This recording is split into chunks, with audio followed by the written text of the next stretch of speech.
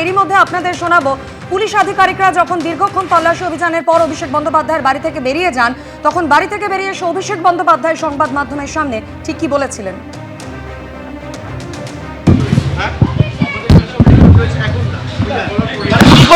তালা ভেঙে ওরা সার্চ করেছে, সার্চ করছে।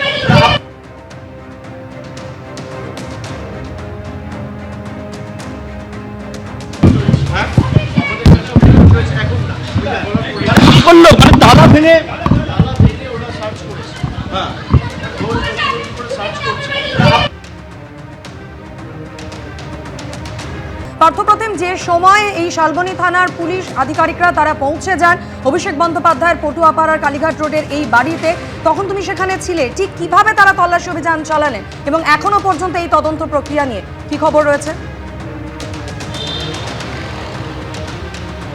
দেখো, যেমনটা জানা যাচ্ছে রাত্রি 2:30 নাগাদ প্রথমে হচ্ছে শালবনী থানা পুলিশ তারা এসে পৌঁছায় কালীঘাটে, এবং কালীঘাট যে থানার সামনে দাঁড়িয়ে রয়েছে সেখানে হচ্ছে কালীঘাট থানাতে এসে পৌঁছায় প্রথমে হচ্ছে শালবনী থানা পুলিশ পশ্চিম মেদিনীপুর থেকে তারা আসেন, এবং আসার পরে কালীঘাট থানাতে তারা একটা জিডি এন্ট্রি করেন যেটা হচ্ছে সার্চের জন্য, এবং এর পরবর্তীকালে এখান থেকে তারা পৌঁছে যান কালীঘাট রোডে অভিষেক বন্দ্যোপাধ্যায়ের বাড়িতে।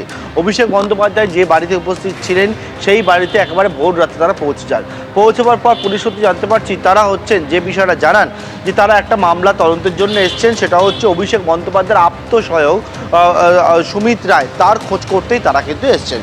কিন্তু পুলিশের দাবি বাড়িতে যখন পৌঁছায়, বাড়িতে পৌঁছাবার পর পুলিশ জানায় যে তারা মনে করছেন সুমিত রায়ের আত্মসহায়ক, সুমিত রায় অর্থাৎ এই আত্মসহায়ক সে হচ্ছে কালীঘাট রোডের বাড়িতেই রয়েছেন। তাদের কাছে এটা ইনফরমেশন রয়েছে টাওয়ার লোকেশন থেকে শুরু করে বিভিন্ন ক্ষেত্রে। সুমিত রায়ের খোঁজ কেন করছেন? সুমিত রায়ের খোঁজ যেটা করছেন বলে এখনও পর্যন্ত জানতে পারছি আমার সহকর্মী হিন্দুলে যেমনটা বললো, সুজয় হাজরা মেদিনীপুরের প্রাক্তন তৃণমূল বিধায়ক, তাকে কিন্তু ইতিমধ্যেই তুমি জানো খড়গপুর থেকে কয়েকদিন আগে গ্রেপ্তার করা হয়েছে। তার বিরুদ্ধে এক্সটর্শন, ফরজারি, ল্যান্ড ডিসপুটের কিছু বিষয়ে কিন্তু মামলা রয়েছে, এবং সেই মামলাতে সুজয় হাজরাকে গ্রেপ্তার করা হয়েছে এবং আরও কয়েকজনকে এই মামলাতে গ্রেপ্তার করা হয়েছে। তাকে জিজ্ঞাসাবাদ এবং এই মামলার তদন্তে এই অভিষেক বন্দ্যোপাধ্যায়ের আত্মসহায়ক সুমিত রায়ের নাম উঠে আসে, এবং সেক্ষেত্রে পুলিশ মনে করে যে সুমিত রায় কিন্তু সরাসরি যুক্ততা রয়েছেন এই মামলার সঙ্গে। এর পরবর্তীকালে সুমিত রায়ের খোঁজ যখন তারা শুরু করে, সুমিত রায়কে তারা পাচ্ছিলেন না, কিন্তু তারা পুলিশের দাবি যে তারা টাওয়ার লোকেশন এবং অন্যান্য লোকেশন থেকে জানতে পারেন কালীঘাট রোডে অর্থাৎ অভিষেক বন্দ্যোপাধ্যায় তার বাড়িতেই সুমিত রায় রয়েছেন, এবং সেই মতো যখন হানা দেওয়ার পরেই তারা কিন্তু কেউ কোঅপারেট করছিলেন না। এর পরবর্তীকালে যারা কালীঘাট রোডে বাড়িতে সেই সময় অভিষেক বন্দ্যোপাধ্যায় বেশ কয়েকজন নিরাপত্তা রক্ষী নিয়োগ করেছেন, তাদেরকে যখন বলা হয় যে তারা ভেতরে সার্চ করতে চান এবং তাদের কাছে নির্দিষ্ট কাগজপত্র নথিপত্র রয়েছে, কিন্তু এই বাড়িতে কোনো রকমভাবে সহযোগিতা করা হচ্ছিল না, দরজা খোলা হচ্ছিল না। এরপরে যারা সেখানকার উপস্থিত যারা রয়েছেন তারা দাবি করেন যে এরপরে পুলিশ হচ্ছে বাড়ির ভেতরে ঢোকার পরে বিভিন্ন জায়গায় তারা তালা ভাঙে, অভিষেক বন্দ্যোপাধ্যায় বাড়ির ভেতরে তালা ভেঙে সার্চ করে।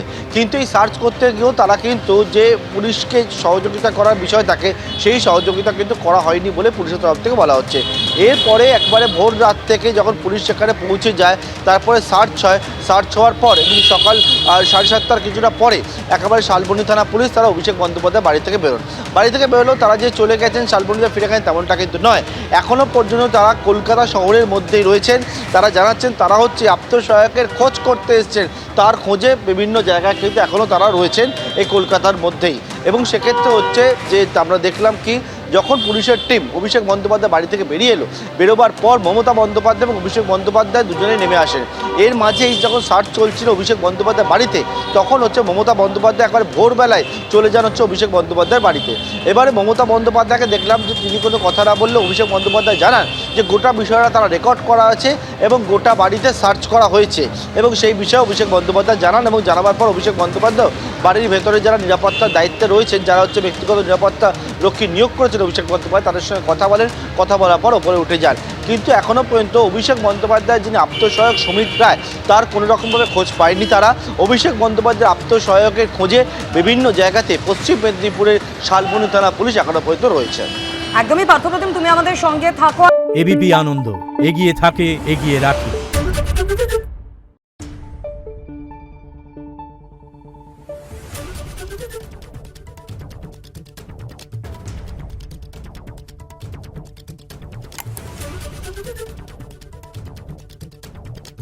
না